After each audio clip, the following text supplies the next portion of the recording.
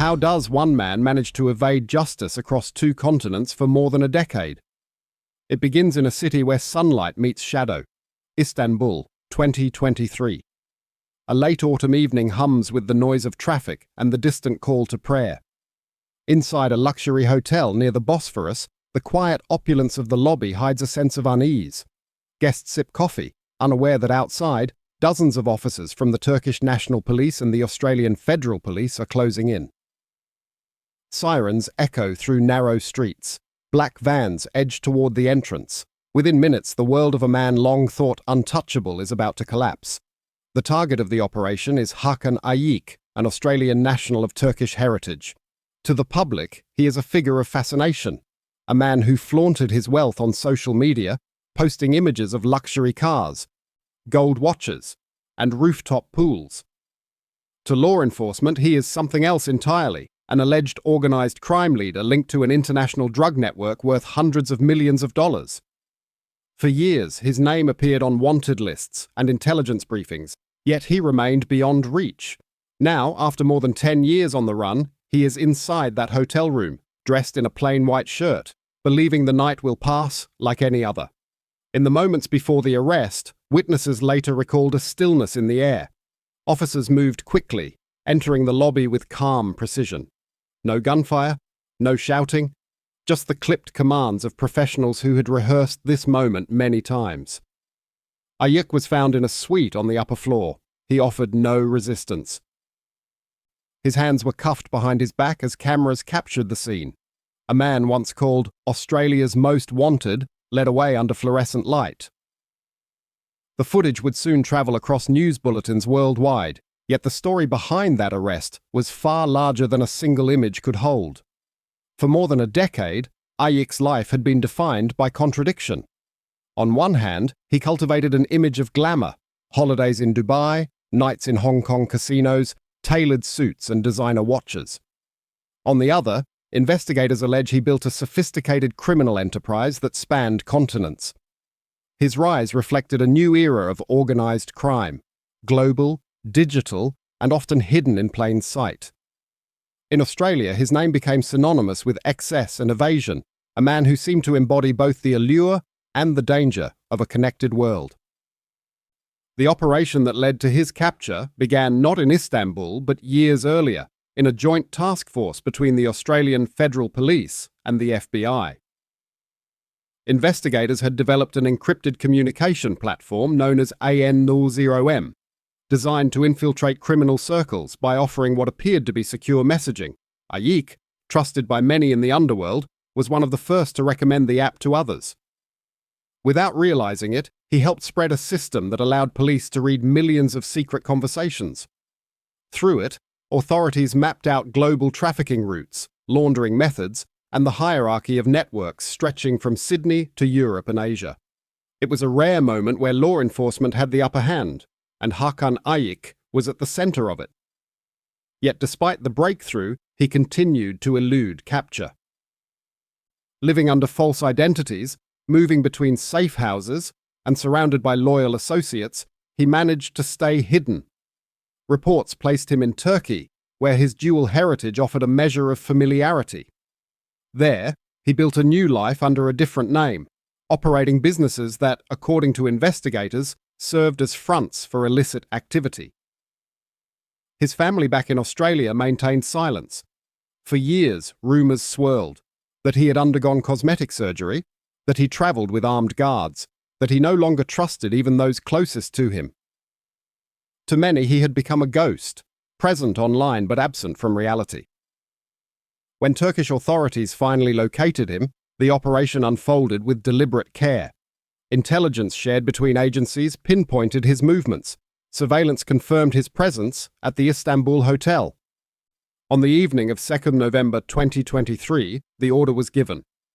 Within minutes, the building was surrounded. Witnesses saw flashing lights reflected off marble columns.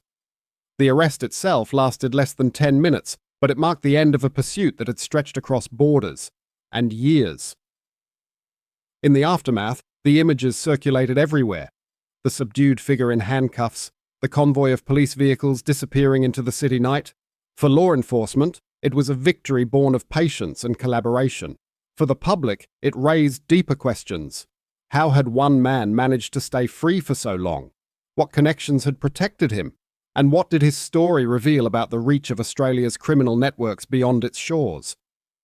Behind the headlines, the case of Hakan Ayık is more than a story of crime and capture.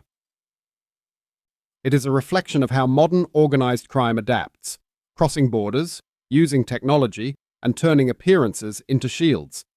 His journey from Sydney's nightlife to Istanbul's underworld traces not just the fall of a single individual, but the evolution of an entire criminal landscape. Tonight, his name is once again spoken in Australia, not as a myth, but as a man facing justice. Yet to understand how he became the centre of such a far-reaching pursuit, we need to return to where it all began. To the suburbs of Sydney in 1979, where the boy who would one day be known as the Facebook gangster first learned that image could be power. Hakan Ayık was born in Sydney in 1979, the first son of Turkish migrants who had arrived in Australia seeking stability and opportunity. His parents ran a modest business in the city's western suburbs, working long hours and saving what they could. Like many families of that era, they believed in hard work and quiet perseverance. Their household was filled with the rhythms of two cultures: Turkish spoken at home, English at school, and a sense of belonging that shifted somewhere in between. The neighbourhood around them was diverse, a mix of working-class families from different corners of the world. On the surface, it was ordinary suburban Australia: small brick homes, corner shops, and a footy oval that filled with kids every afternoon. Beneath that, though, there were the pressures that came with rapid migration, economic strain, and a community still finding its place. It was the late 1980s, and Sydney was growing fast. With that growth came inequality, and with inequality came temptation. For a boy like Hakan, the streets offered freedom. His parents were often at work, leaving him to navigate the world largely on his own. Teachers later remembered him as polite, but restless, clever, but easily distracted. He was drawn to movement: bikes, cars, anything that could outrun the ordinary. The smell of petrol, the hum of engines, the noise of the city became the background to his adolescence. By the time he reached his teenage years, Sydney was changing. The 1990s brought a sharper divide between the glittering image of the harbour city and the realities of its outer suburbs. King's Cross, just a short drive from the family's modest home, was a place of neon lights, late nights, and easy money. It was also the heart of organised crime in New South Wales, a world that thrived on vice and secrecy. For young men who wanted more than their parents could offer, it held a dangerous kind of allure. At the same time, stories of police corruption filled the headlines. The Wood Royal Commission would later expose a network of bribery, protection rackets, and cover-ups that had flourished inside the New South Wales Police. In that environment, boundaries blurred. The line between legitimate business and criminal enterprise often depended on who you knew and what you could afford to hide. Hakan's early years were not marked by violence or cruelty. Those who knew him then described a charming boy who made friends easily, who laughed loudly and rarely showed anger. Yet there was also a need to be noticed, a craving for recognition that grew as he got older. While other kids saved for second-hand cars, he dreamt of machines that gleamed. He spent hours studying motorbikes, memorizing models and prices, learning how speed could translate into status. In many ways, he reflected the contradictions of multicultural Sydney: loyal to family, proud of his roots, but eager to prove himself in a society that still judged difference. School offered little direction. He left before finishing year 12, taking casual jobs that never lasted. What mattered most was appearance, the clothes, the music, the friends who looked like they belonged somewhere exciting. He found that sense of belonging among a loose group of young men, fascinated by motorbikes and nightlife. Some were already linked to established bikie clubs. To them, the clubs represented freedom, brotherhood, and money. To Hakan, they also represented the chance to be someone people talked about. During this period, Sydney's bikie culture was undergoing its own transformation. What began as small motorcycle enthusiasts groups had evolved into sophisticated organisations involved in drugs, weapons, and protection schemes. They occupied a strange space in Australian society, feared yet familiar, outlaw but domestic. The media portrayed them as symbols of rebellion. In truth, they were often part of the same criminal machinery that powered King's Cross. Hakan's first encounters with that world were small and mostly harmless, helping out at a workshop, attending gatherings, running errands. But those early interactions taught him the currency of loyalty and silence. He saw how money moved, how respect was earned, and how fear could be disguised as admiration. In those lessons, the foundation for his future was quietly laid. At home, his parents noticed the changes, the expensive clothes, the late nights, the growing distance. They tried to steer him back, reminding him of the values that had brought them to Australia. But by then, the pull of the outside world was stronger. For a teenager surrounded by stories of easy cash and fast cars, the path of discipline seemed dull. The 1990s were also the decade when technology began to reshape communication. Mobile phones were new status symbols, and Hakan was quick to adopt them. He liked being reachable, being seen.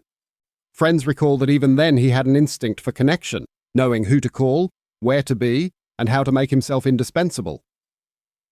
What looked like charm would later become a strategic skill, the ability to build networks that crossed social and cultural boundaries.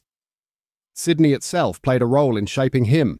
The city's contradictions, glamour and grit, wealth and poverty, law and corruption, provided both the setting and the script. The nightlife of Darlinghurst, the chaos of Oxford Street, the markets of Auburn and Lakemba, all formed a map of his youth. Each location carried its own codes of behaviour, its own version of respect. In that landscape, Hakan learned to navigate difference and to use it. Those who knew him in his early 20s describe a young man who understood appearances.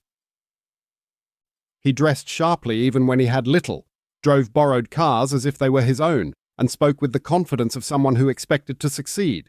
Yet behind that performance was uncertainty, a feeling that he did not entirely belong in either of his worlds. Among his Turkish-Australian peers, he was ambitious. Among his new associates in the city, he was exotic, an outsider with local knowledge. He learned to turn that dual identity into advantage. This was also the period when organised crime in Australia began to professionalise. Networks expanded beyond local dealers to international suppliers. Money laundering became more complex, and legitimate businesses were often used as fronts. Young men like Hakan saw opportunity in that shift. The rules of the game were changing, and those willing to take risks could climb quickly. There were early signs of what he would later become, an ability to adapt, to connect, to move between worlds. None of it looked extraordinary at the time. Many others from similar backgrounds followed comparable paths without crossing the line. But for Hakan, each small choice pushed him further toward the orbit of people whose lives revolved around power and profit. By the late 1990s, he had developed a reputation in certain circles as someone who could be trusted to handle things quietly. He was not yet a major player, but he was learning. He watched how deals were made, how trust was traded, how fear kept order when laws did not. He learned the importance of discretion, that speaking too much could be more dangerous than any confrontation. Those lessons would stay with him long after. In later years, when investigators traced his communications across continents, they would find the same pattern that had begun here. Careful, deliberate, never unnecessary. The discipline of silence that had once protected him would eventually expose him. Looking back, it is tempting to see inevitability in his path. to imagine that the boy who admired motorbikes and fast money was always destined for the criminal world. But that reading oversimplifies both the man and the environment that shaped him. Sydney, in that period, produced many such stories of ambition, displacement, and the search for belonging. Hakan Ayık was not born a criminal. He was a product of a time and a city where opportunity and corruption lived side by side, where reputation mattered more than record, and where a restless young man could mistake attention for respect. His story, like Sydney itself, was built on contrasts. To understand how that restlessness would turn into something far more dangerous, we must move into the next stage of his life, the years when ambition became enterprise and admiration turned into influence. By his early 20s, Hakan Ayık had grown into a man who understood both charm and presence. He knew how to fill a room without raising his voice. His teenage fascination with speed and style had matured into something sharper, a pursuit of status. In Sydney's western suburbs, that pursuit often led to circles where loyalty was currency and ambition was tested through risk. It was around this time that he began spending time with members of the Comanchero Motorcycle Club, one of Australia's most recognised bikie organisations. To the outside world, the club was a symbol of rebellion and camaraderie. To police, it was an entry point into the country's organised crime network. Hakan was not a lifelong rider, nor an enforcer. He was a connector, someone who could navigate the space between legitimate business and the underworld. At first, his role was small. He handled errands, worked in clubs, and built relationships. The venues he moved through, casinos, karaoke bars, late-night restaurants, were places where deals were whispered rather than signed. Over time, those relationships became opportunities. He observed how money changed hands, how debts were enforced, and how influence could be maintained without overt violence. His intelligence and composure set him apart. People trusted him, and in an environment built on distrust, that trust was valuable. The Sydney nightlife of the early 2000s was a complex ecosystem. It existed in the overlap between entertainment, vice, and business. Gambling venues and adult clubs generated enormous cash flow, much of it untaxed. Police surveillance was sporadic, and corruption, though reduced since the 1990s inquiries, had not disappeared entirely. In that landscape, Ayık found room to expand. He began managing parts of operations in licensed venues. Officially, he was a promoter or a manager. Unofficially, he ensured certain clients were looked after and certain payments were made. When disputes arose, they were settled quietly. He preferred diplomacy over intimidation, a style that made him useful to older figures who wanted to keep their hands clean. Around this time, Australia's ports were becoming key points in the international drug trade. Containers arrived daily from across Asia, carrying legitimate goods mixed with concealed contraband. The profits from even a single successful shipment were enormous. Authorities estimate that by the mid-2000s, Sydney had become one of the most active gateways for imported narcotics in the Southern Hemisphere. For someone like Ayık, with connections on both sides of the law, the temptation to step into that trade was considerable. Investigators would later allege that this was when he began building his own network, small at first, but structured. He drew on contacts from the bikie community, nightclub managers, and logistics workers at the docks. Each person played a role. The model was simple: maintain separation between the product, the money, and the decision-makers. If one part fell, the rest survived. It was an approach learned from observation rather than instruction, reflecting his ability to absorb and apply. The drugs came from Asia, primarily methamphetamine and ecstasy. The routes shifted constantly: Hong Kong, Malaysia, Thailand, depending on where enforcement pressure was weakest. Distribution within Australia relied on existing criminal channels. By avoiding open confrontation and keeping his name away from official records, Ayık avoided the early missteps that brought down many others. At the same time, he understood the importance of appearances. To neighbours and acquaintances, he was a young entrepreneur investing in hospitality. He opened small businesses across Sydney, karaoke lounges, massage parlours, and eventually a boutique hotel. Each operated as a legitimate entity. Yet collectively they served another purpose. They moved cash. The front-of-house revenue provided cover for large, irregular inflows of money. When questioned, everything appeared lawful.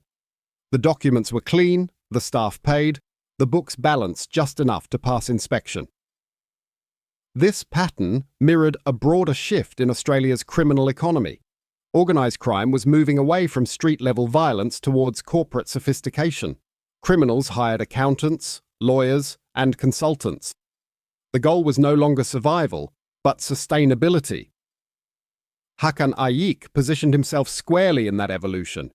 He was fluent in both languages, the coded slang of the street and the careful phrasing of business meetings. Those around him began to notice his growing influence. He was not the loudest figure in any room, but he was often the one people deferred to. In a world defined by mistrust, his calm manner and strategic thinking earned him a rare kind of respect. Within a few years, he had moved from the fringes of Bicky operations to the centre of a much wider network that dealt in cash, drugs, and connections. As his profile grew, so did scrutiny. Police task forces began mapping associations between Sydney's Bicky clubs, nightclub owners, and suspected importers. The name Hakan Ayık appeared more frequently in intelligence briefings, usually connected to organised criminal activity, but without direct evidence. Surveillance operations followed him from clubs to offices, from hotels to warehouses. Each time he stayed just outside the line of proof. For investigators it was frustrating. For Ayık, it was confirmation that his strategy worked. He rarely handled illicit product directly. He communicated through intermediaries and used coded language. His legitimate businesses provided plausible explanations for his travel and finances. While others in his circle were arrested, he remained untouched. The pattern continued long enough to reinforce the belief that he was untouchable. Those who dealt with him described a man who valued loyalty above everything. Betrayal was not met with open retaliation, but with quiet exclusion. To lose his trust was to disappear from the network entirely. This approach kept discipline without attracting attention. It also reflected a deeper understanding of power, that control is often most effective when it is invisible. During this period, he also began cultivating relationships with figures outside Australia. Trips to Hong Kong and Thailand were publicly framed as business ventures.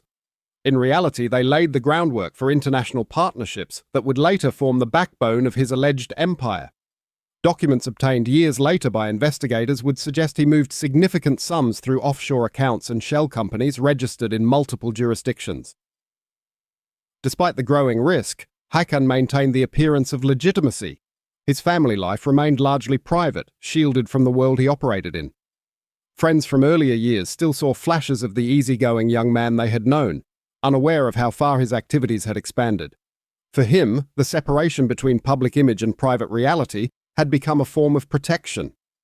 By the late 2000s, the scale of his operations had outgrown local boundaries. Intelligence suggested links between Ayık's network and other organised groups in Asia and the Middle East. Australian authorities began collaborating with overseas agencies, but progress was slow. Every time a lead emerged, it ended in layers of intermediaries and false names. The tension between visibility and secrecy defined his life. He wanted recognition but needed anonymity. Social media was beginning to change how people presented themselves, and Ayık adapted quickly.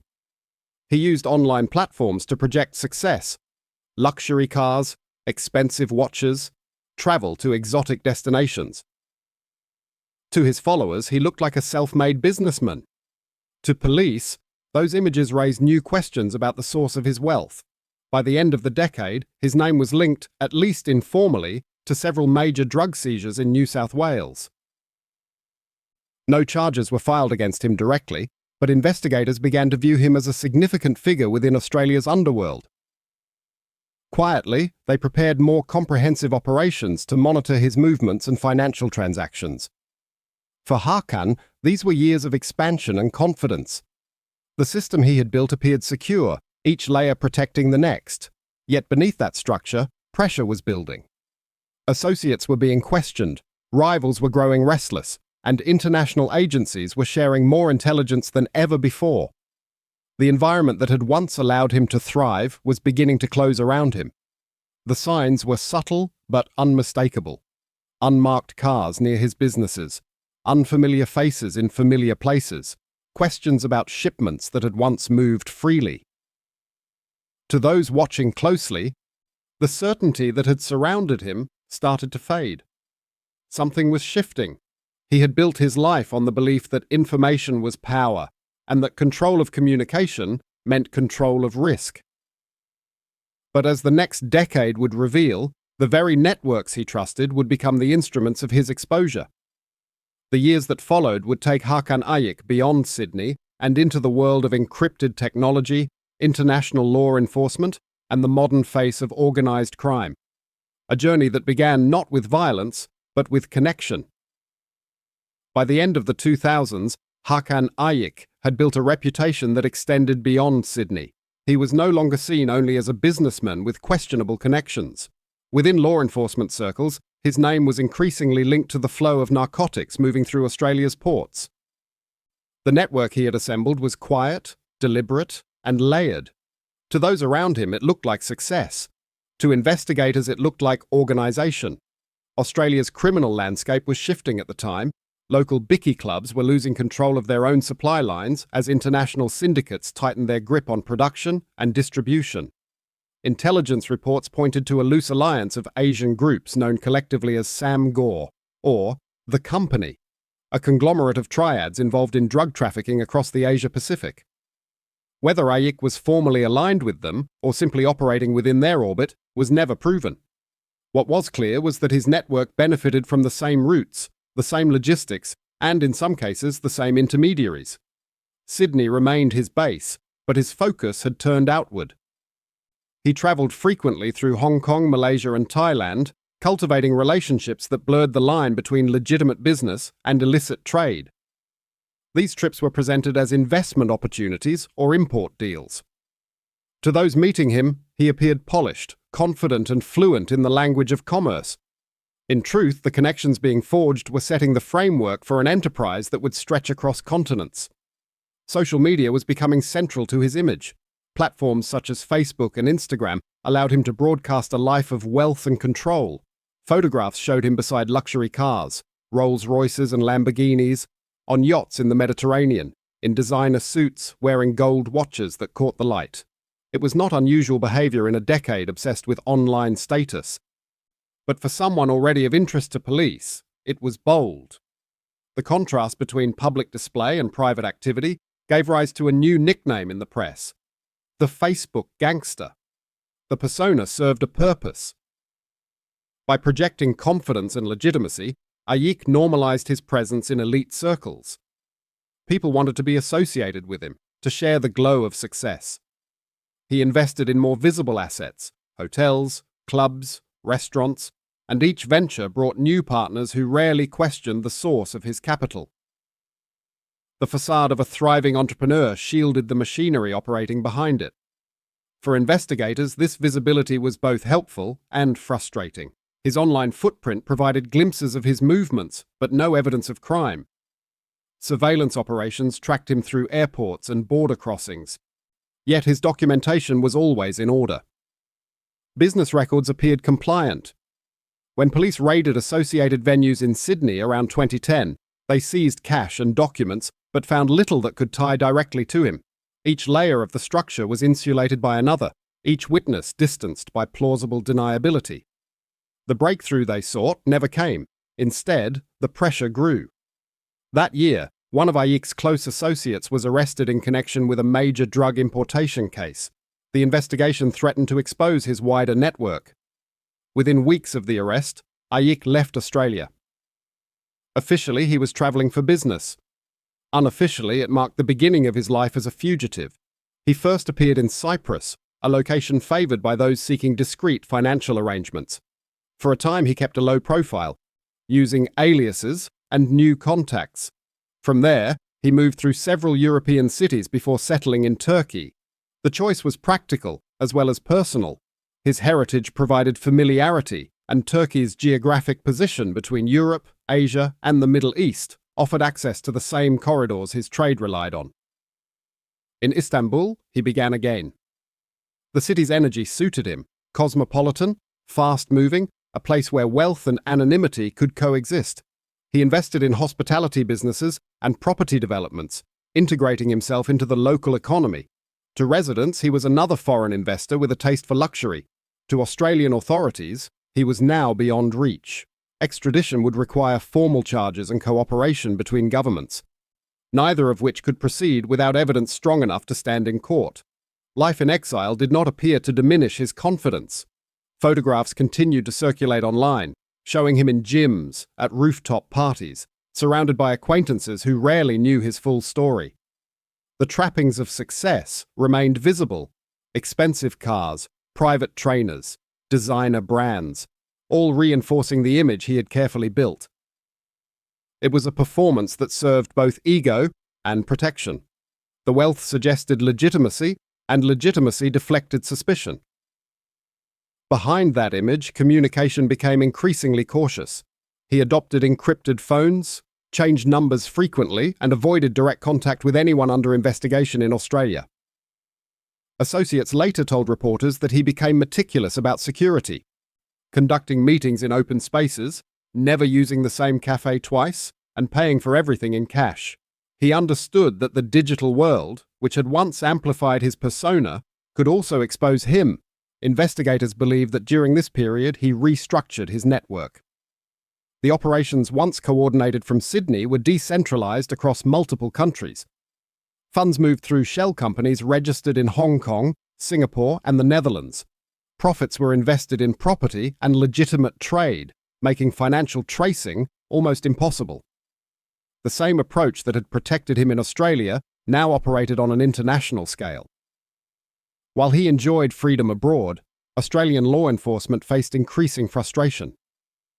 Multiple task forces were formed to examine links between his associates and large drug seizures at the Port of Sydney and Port Botany. Each operation produced partial results: arrests, confiscations, scattered intelligence, but the man believed to be directing the flow remained out of reach. Without a confirmed location or an extradition treaty that covered his circumstances, they could do little more than watch. Media coverage intensified. Articles portrayed Ayık as both elusive and reckless, the embodiment of a modern outlaw who used technology and globalization to stay ahead of the law. The narrative fed itself. Every new image posted online added to his legend. Every failed operation reinforced his reputation. To the public, he became a symbol of excess. To police, a reminder of how quickly organized crime had adapted to a connected world. Inside Istanbul, his circle remained loyal.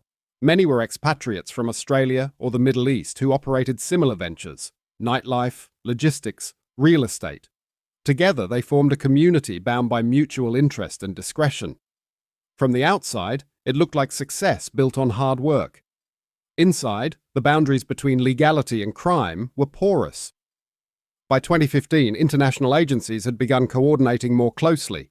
The Australian Federal Police, the FBI, and European counterparts shared intelligence under joint operation agreements. These partnerships would eventually lead to the creation of a covert monitoring system that reached the phones of criminals worldwide. But at this stage, Ayık was still moving freely, convinced that distance and discipline were enough to keep him safe. As the years passed, his wealth grew, but so did his isolation. Friends noted that he trusted fewer people.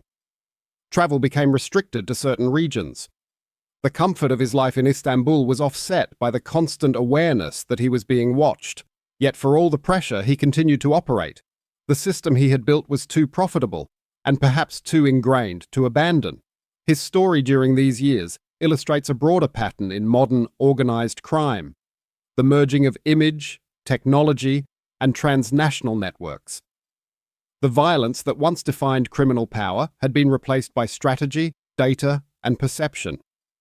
Ayık's mastery of those tools allowed him to exist in plain sight, while remaining invisible to the law. By the end of the decade, Australian authorities knew his name, his habits, and even his face, but not his location. He had become a figure dispersed across data, a person present in photographs, messages, and rumors, yet physically unreachable. What none of them could yet see was that the same appetite for control that had kept him secure would soon expose him. The world he helped shape was about to turn against him, not through force, but through the very technology he had relied upon. The next chapter of his life would no longer unfold in Sydney's nightclubs or Istanbul's rooftops, but inside an encrypted network designed to betray those who trusted it most. By 2018, Hakan Ayık had spent almost a decade living beyond the reach of Australian law. From Istanbul, he had built a life of luxury and routine, confident that distance and discipline would keep him safe. What he could not know was that, in Canberra and Washington, a new kind of operation was taking shape, one that would reach him not through force, but through communication itself. The operation began as a collaboration between the Australian Federal Police and the United States Federal Bureau of Investigation. Both agencies had watched transnational crime expand across digital networks, making traditional surveillance increasingly ineffective. Encryption had become the new frontier. Criminal organizations were using secure phones and encrypted messaging apps to coordinate shipments, launder money, and negotiate deals with little risk of interception. To regain access, investigators decided to build a platform of their own. The idea was simple but ambitious: create a communication system that criminals would trust, then read everything they sent. The project was known within the FBI as Operation Trojan Shield, and in Australia as Operation Ironside. Technicians and intelligence officers spent months designing an app that looked and functioned like existing encrypted networks. It could send messages, share images, and manage contacts, but every transmission passed through servers controlled by law enforcement. Each device was embedded with hidden code that mirrored conversations to an encrypted database accessible only to authorized analysts. To succeed, the app needed credibility inside the underworld.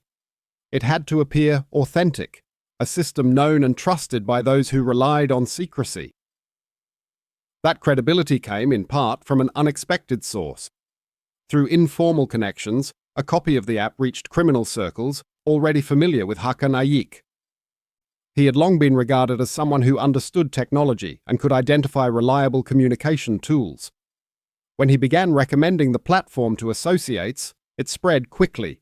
Within months, hundreds of devices were in circulation across Australia, Europe, and North America. From that point, the flow of information was unprecedented. Messages that once vanished into encrypted silence now appeared in real time on secure screens at AFP headquarters. Analysts read discussions about drug shipments, weapons sales, and financial transfers. They saw photographs of packages, shipping labels, and even banking receipts. For the first time, investigators could watch entire criminal networks organize themselves in their own words. Between 2018 and 2021, Operation Ironside quietly mapped the structure of organized crime across continents. The intelligence gathered was vast. Each message revealed new connections between bikie gangs in Sydney, suppliers in Southeast Asia, brokers in Europe, and financiers in the Middle East. Data analysts built digital models linking names, locations, and transactions. Patterns emerged, showing how money moved through casinos, freight companies, and online accounts. As the scale became clear, the AFP expanded the task force. Dozens of officers were seconded from other units, including financial crime, cyber forensics, and international liaison. They worked under strict secrecy. Only a small number of senior commanders knew the full scope of the operation.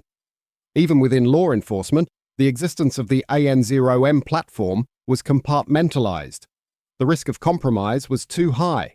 A single leak could destroy years of work. The information produced immediate results. Raids across Australia uncovered cash, firearms, and narcotics.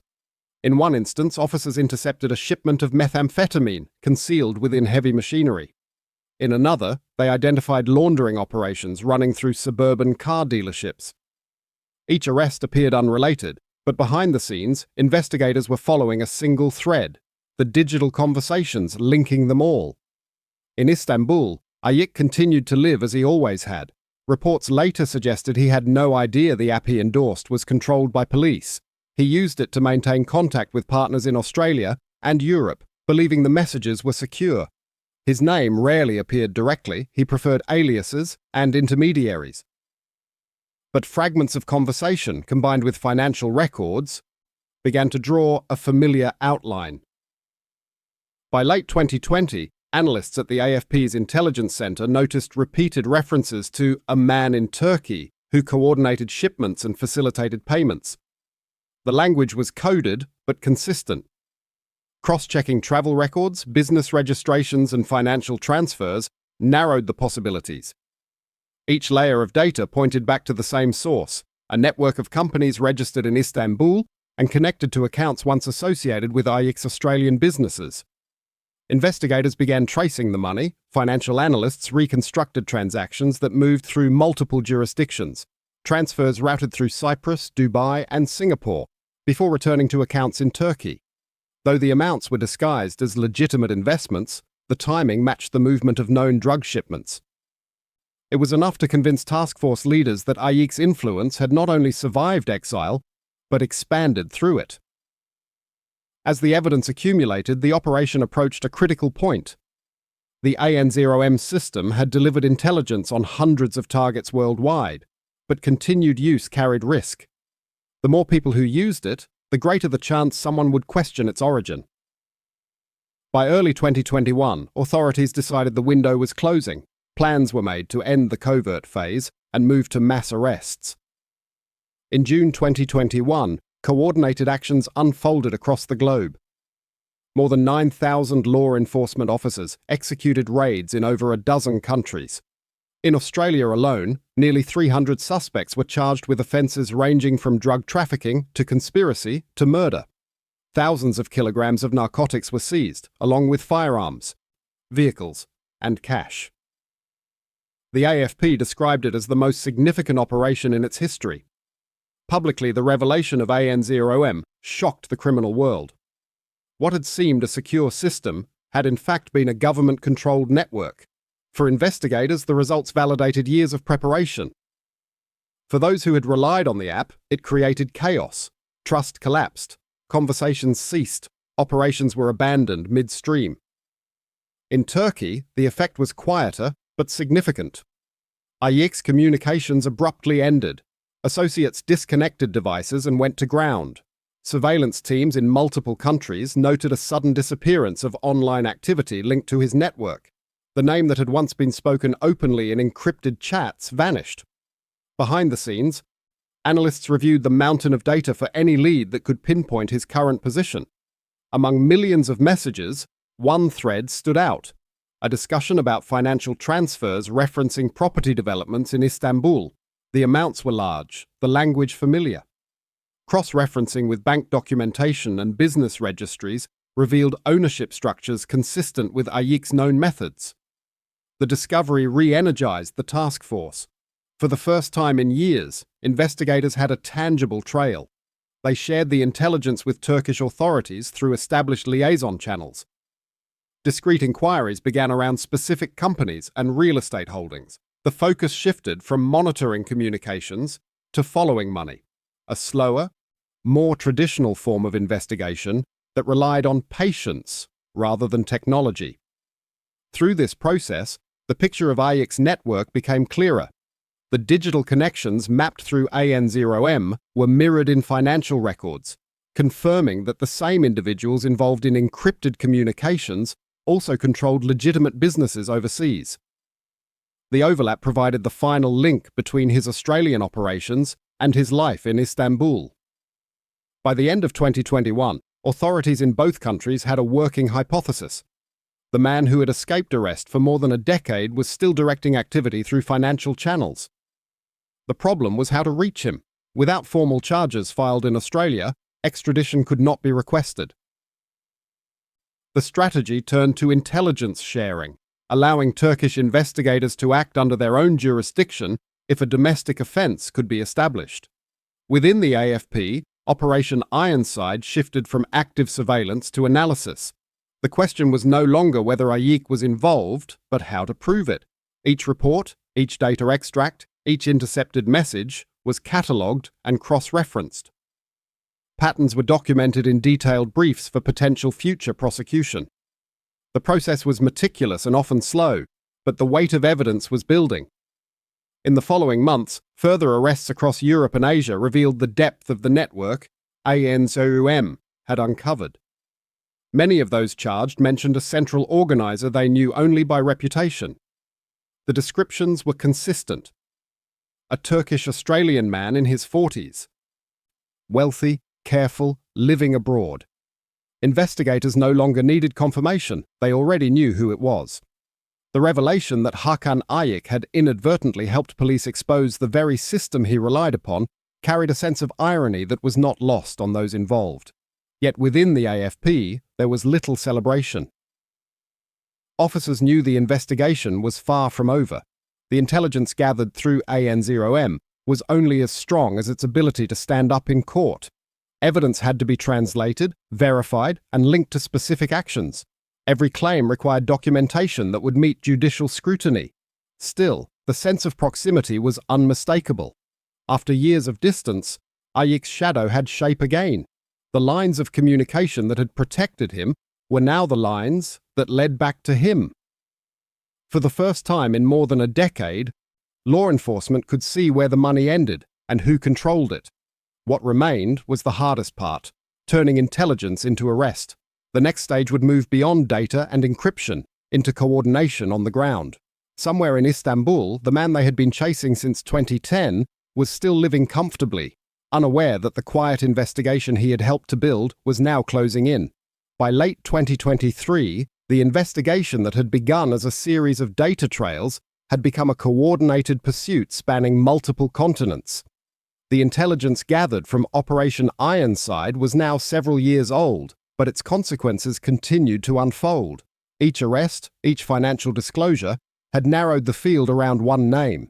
Inside the Australian Federal Police, analysts worked through thousands of pages of correspondence, tracing the final links between the encrypted messages and the man believed to have orchestrated them. The evidence led consistently to Istanbul. Reports from Turkish financial authorities confirmed unusual cash movements through several hospitality and property ventures connected to Australian nationals. The details aligned with information already held by the AFP.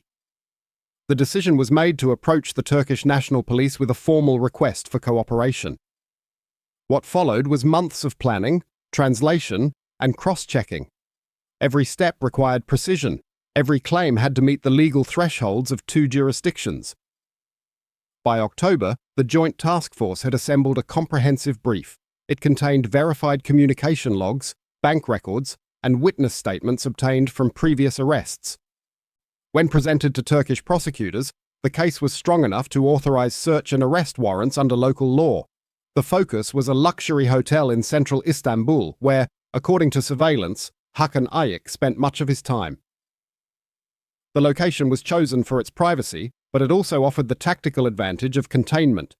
The operation was set for the evening of 2nd November 2023.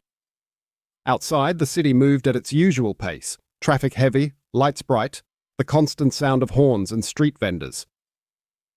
Inside a nearby command center, officers reviewed the plan one final time. The team included representatives from the Turkish National Police's Organised Crime Unit, supported by AFP liaison officers and interpreters. The instructions were clear: act quickly, minimize disruption, and secure all electronic devices intact. Shortly after 9 p.m., a convoy of unmarked vehicles approached the hotel. Witnesses later recalled a brief commotion at the entrance as plainclothes officers moved in.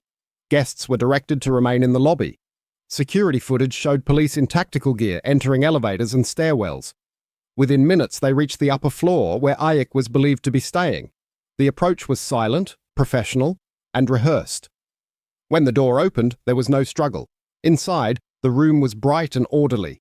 Ayık was seated near a table, a phone in his hand, a half-finished meal beside him. Officers instructed him in Turkish to place the device down and stand. He complied. Handcuffs were applied, and the room was secured. On the bedside table, investigators found 2 additional phones, both encrypted, and several identification cards bearing different names. A search of adjoining rooms revealed associates, laptops, cash bundles, and a small quantity of controlled substances. Within an hour, 37 people across Istanbul were in custody as part of the coordinated sweep. The seizures included millions of dollars in various currencies, high-end vehicles, firearms, and documentation relating to international transfers.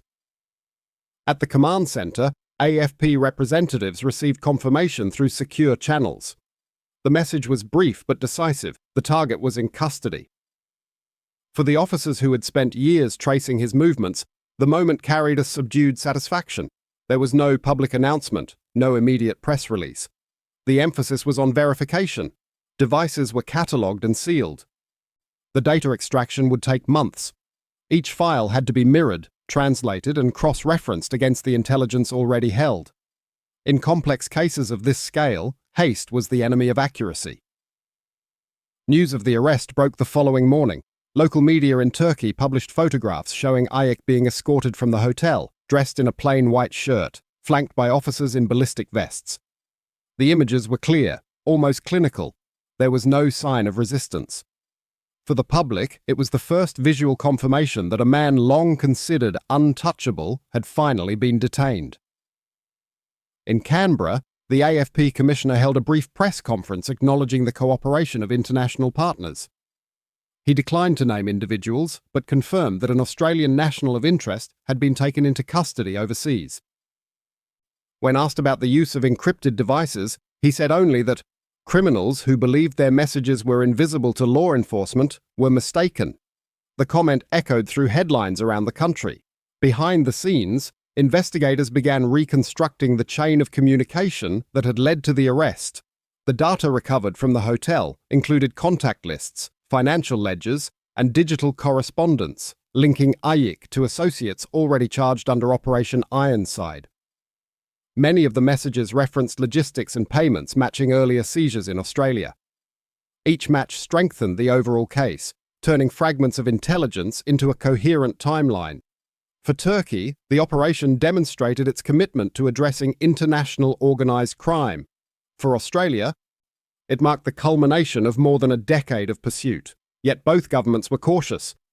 Diplomatic and legal procedures required careful handling. Ayık held Turkish citizenship through descent, complicating any request for extradition. Discussions between the two countries were ongoing, but officials acknowledged that any transfer would depend on parallel proceedings within Turkey. In Istanbul, the arrest scene remained sealed for days while forensic specialists catalogued evidence.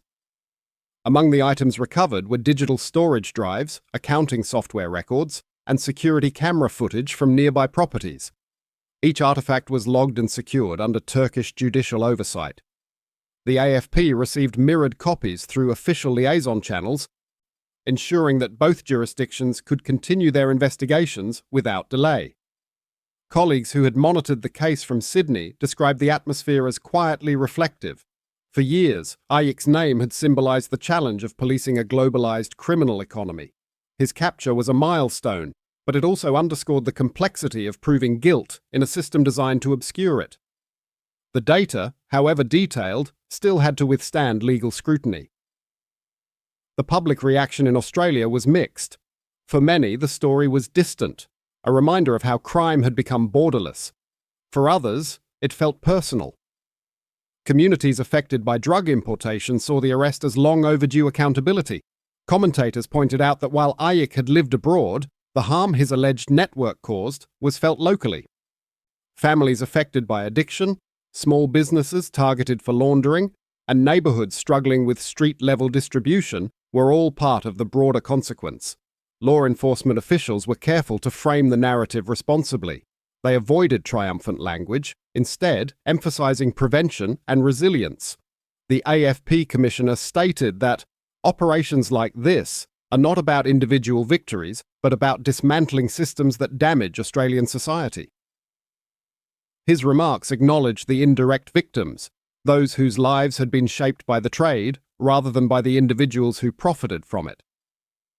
Inside custody, Ayık was described by Turkish authorities as cooperative but reserved. He confirmed his identity and declined to comment on ongoing investigations. His legal representatives in Istanbul filed motions challenging aspects of the arrest, but did not dispute his presence at the hotel. As proceedings began, Australian media reported cautiously, using terms such as alleged and suspected in line with legal standards.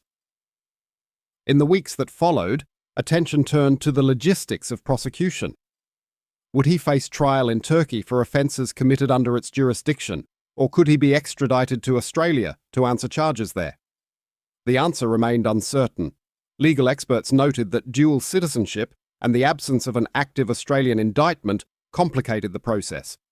Behind closed doors, diplomatic channels explored options, balancing judicial independence with international cooperation. Meanwhile, the analysis of seized materials continued. Turkish forensic teams decrypted portions of data and forwarded summaries through secure diplomatic routes. The information supported existing AFP assessments of the network's financial structure. Tracing those transactions revealed layers of shell companies, intermediaries, and transfers that spanned at least 6 countries. For investigators, it confirmed the sophistication of the operation and the difficulty of its dismantling. As details emerged, one line from the AFP's internal report gained quiet attention. It quoted an officer involved in Operation Ironside who remarked, "He thought he was hidden in plain sight, but every message came straight to us." The statement captured the essence of the case without exaggeration. The system that Ayık had trusted for security had become the instrument of his exposure. In the broader narrative of Australian law enforcement, the arrest represented a turning point. It demonstrated that international partnerships and technological innovation could outpace even the most cautious networks. Yet officers remained wary of complacency. Organised crime, they knew, adapted quickly. The fall of one figure seldom marked the end of an enterprise. Back in Sydney, the effects of the operation were still being felt. Trials arising from Operation Ironside continued through the courts, each revealing new details about communication methods, money flows, and the human cost of the drug trade.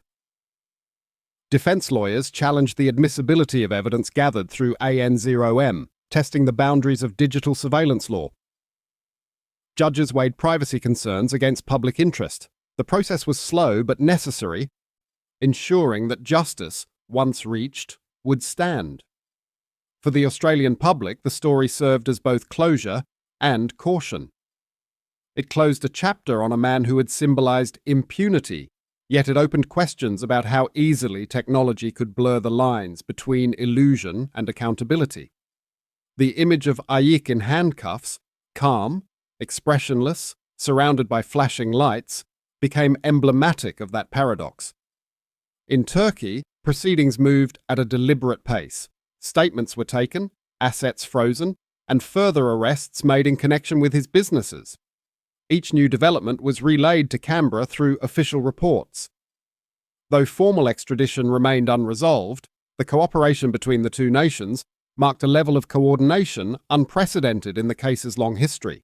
As the months passed, Istanbul's hotel district returned to its usual rhythm. Guests checked in and out of the same building where the operation had unfolded, unaware of the significance of the room that had once held the country's most wanted man. For investigators, the memory lingered, the culmination of years of patience, the quiet satisfaction of seeing a plan reach its conclusion. Yet the story was not finished. Legal proceedings would determine the outcome, but the broader questions remained. How had he maintained control for so long, and what systems had allowed him to operate undetected? Those questions would define the next phase of inquiry. For now, the image was enough. A man walking calmly through a corridor lined with police, his head lowered, the noise of cameras clicking behind him. It was not triumph, but consequence. The chase was over. The process of accountability was about to begin. The arrest of Hakan Ayık in Istanbul marked a symbolic victory for law enforcement, but the legal journey that followed proved far more complex. In the days after his detention, Australian media carried headlines describing him as the man behind a criminal empire. Yet within police and prosecutorial circles, the language remained careful. Every statement included a qualifier: alleged, suspected, under investigation. The distinction mattered. Until charges were laid and tested in court, guilt remained unproven. For both Australia and Turkey, the immediate challenge was jurisdiction. Ayık was a dual national. His alleged crimes had been committed across multiple countries, with evidence gathered under different legal systems.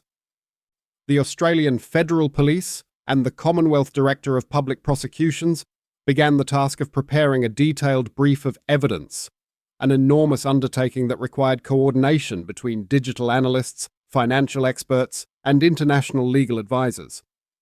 Each document had to be admissible under both Australian and Turkish law. The process was painstaking. Translations had to be certified, chain of custody records verified, and digital evidence authenticated. Any break in procedure could render months of work unusable. At the same time, Turkish authorities commenced their own inquiries into potential offences committed within their borders, including money laundering and document fraud. The two countries maintained continuous communication through established liaison channels, ensuring the investigation remained transparent and cooperative.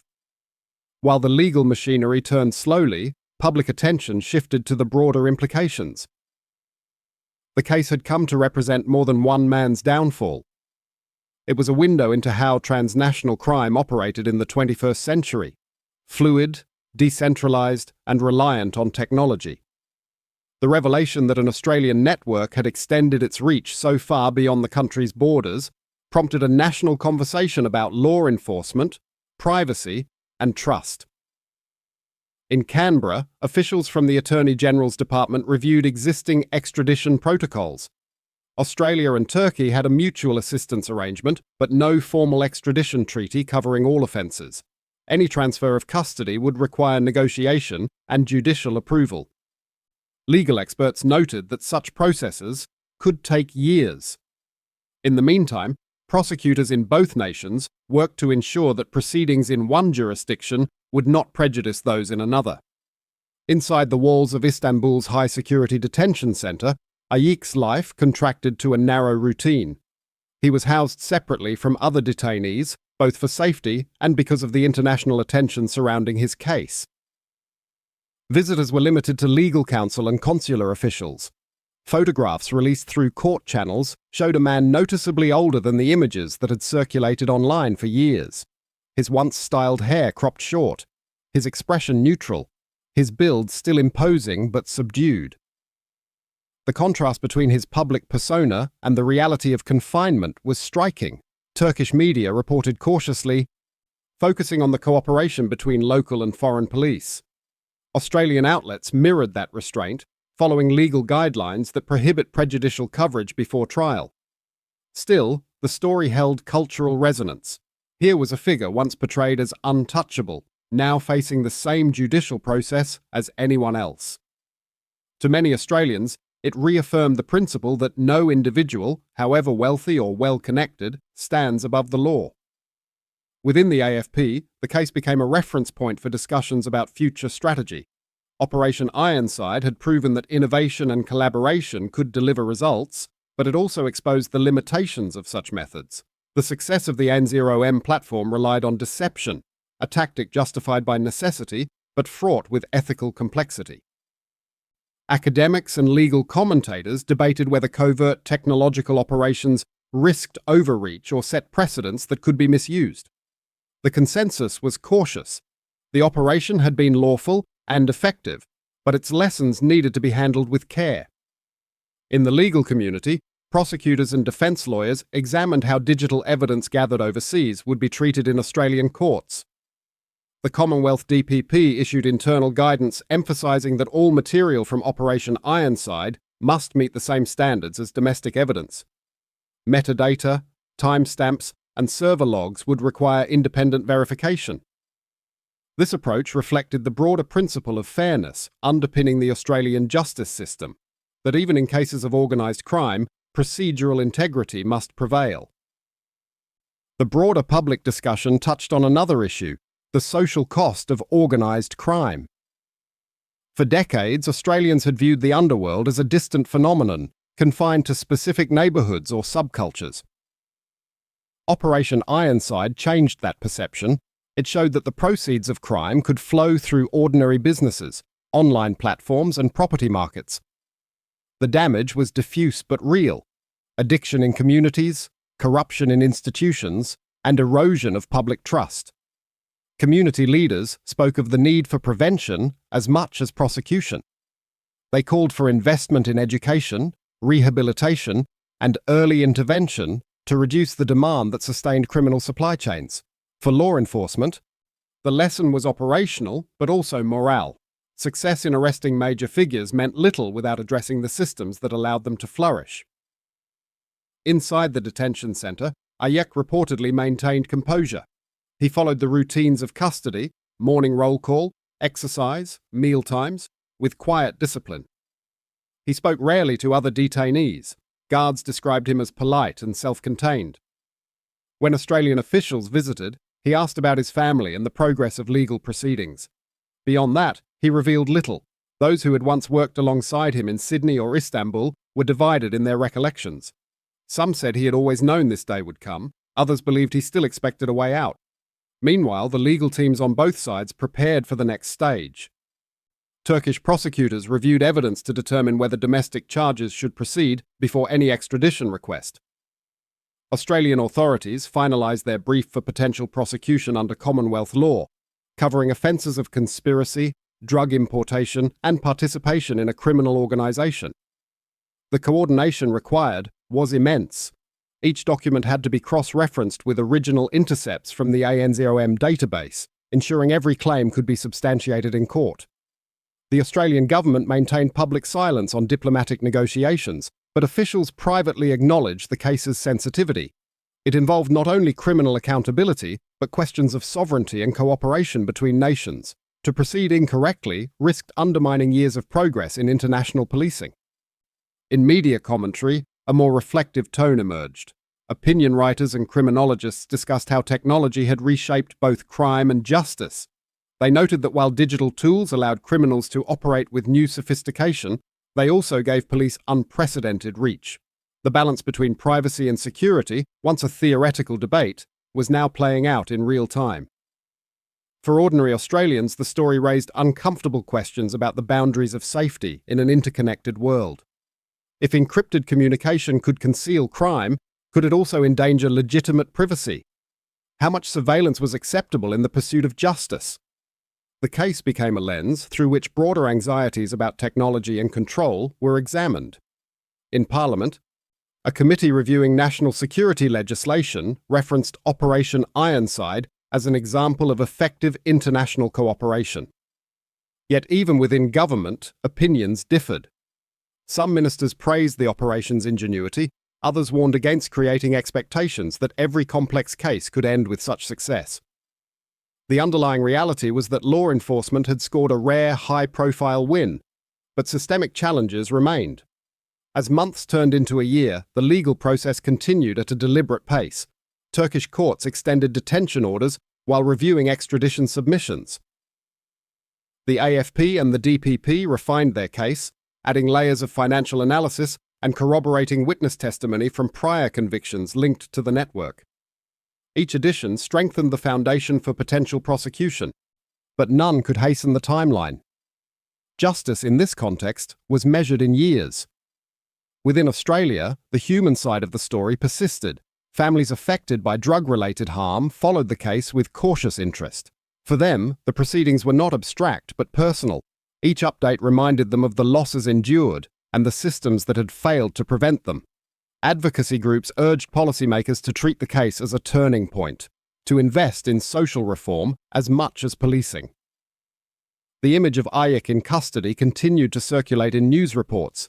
It served as a visual metaphor for accountability, but also for the limits of control. Behind the bars of a foreign detention facility sat a man whose actions, alleged or proven, had shaped law enforcement policy across nations. The irony was not lost on those who studied the intersection of power, technology, and crime. Legal experts emphasised that any future trial in Australia would test not only the evidence, but the capacity of the justice system to adapt to globalised crime. The courts would need to balance transparency with the protection of operational methods. Witnesses from multiple countries would have to testify through secure links.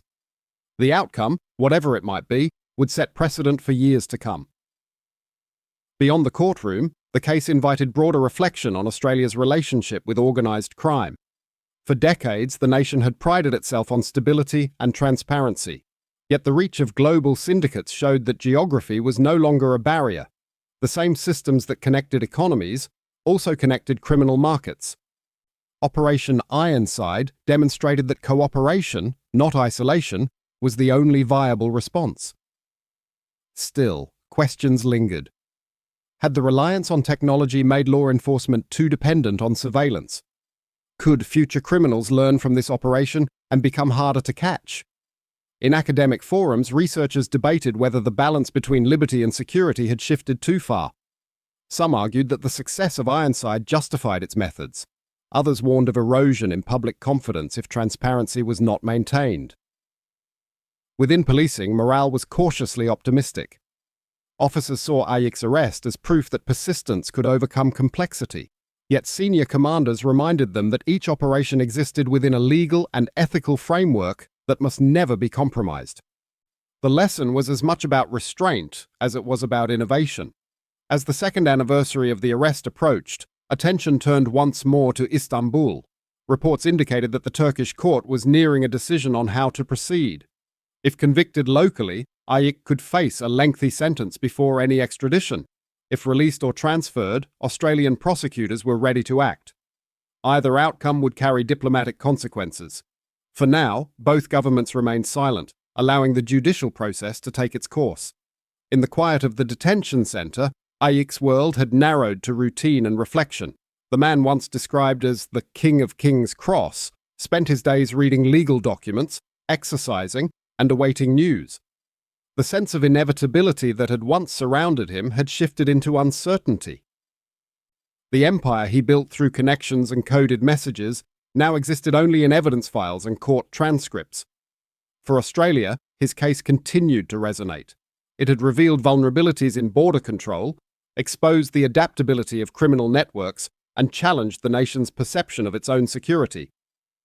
Yet it had also demonstrated resilience, a capacity for cooperation and reform.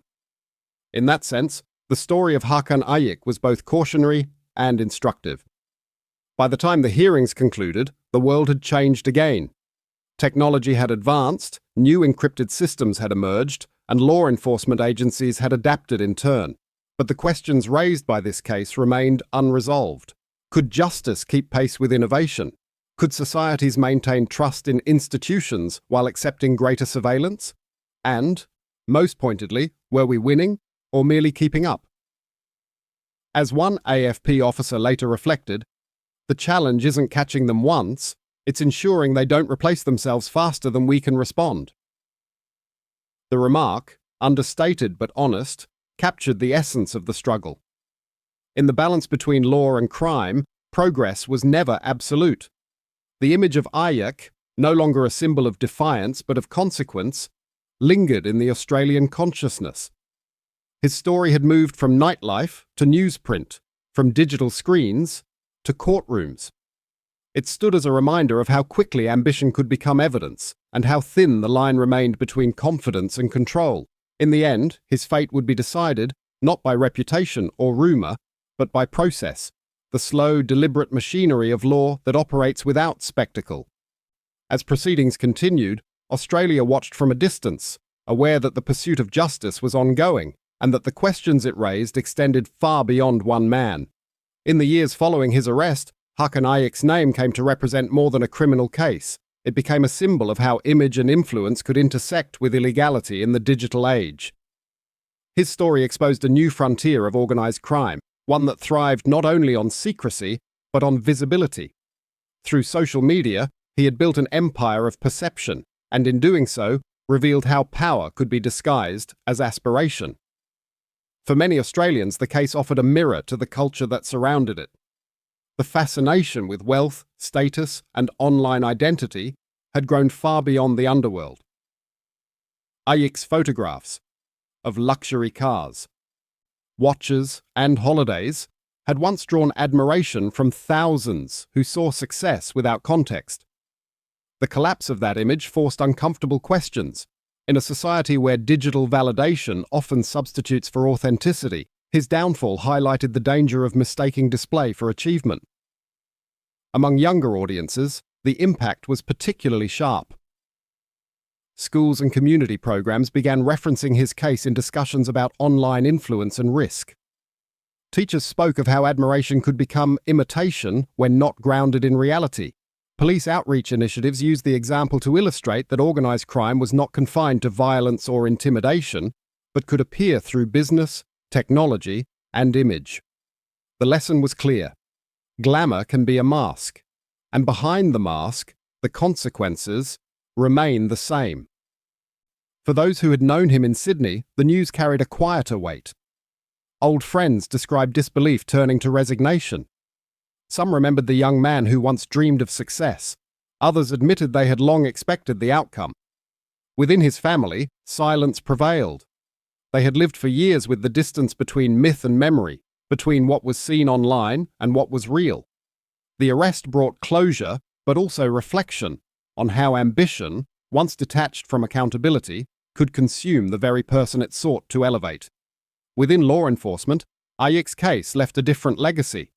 It validated the need for technological adaptation, showing that innovation could match the sophistication of global crime. Operation Ironside proved that intelligence sharing and digital infiltration were no longer optional, but essential. Yet it also served as a reminder of restraint, that the pursuit of justice must remain bound by transparency and law. Each success carried an obligation to protect the rights of the public as carefully as it pursued the wrongs of offenders. Culturally, the story redefined the boundaries of the Australian underworld. It revealed that the divide between legality and crime was not only geographic, but digital. The face of organised crime no longer belonged solely to the shadows. It could smile from a phone screen, framed by luxury and confidence. That realization challenged institutions and individuals alike to question what they valued and what they were willing to overlook in pursuit of success.